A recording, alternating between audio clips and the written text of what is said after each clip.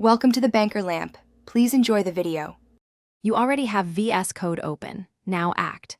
First, verify your version and any completion extensions because they override defaults.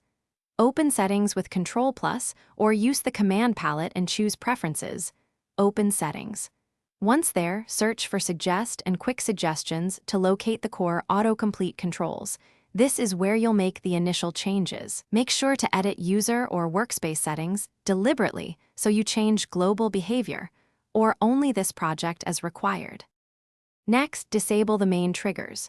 In Settings, toggle Editor. Quick Suggestions off for the places you don't want inline suggestions, strings, comments, or other code. Then set Editor. Suggest on trigger characters to false to stop suggestions when you type characters like dot or parentheses. If you prefer, open Settings.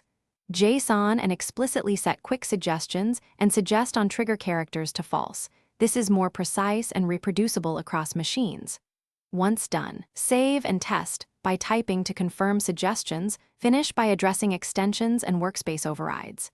You must disable or reconfigure language servers or IntelliSense extensions that provide their own completions because they can re-enable autocomplete. After changing settings, restart VS Code and verify in a fresh file or different workspace so cached behavior is cleared.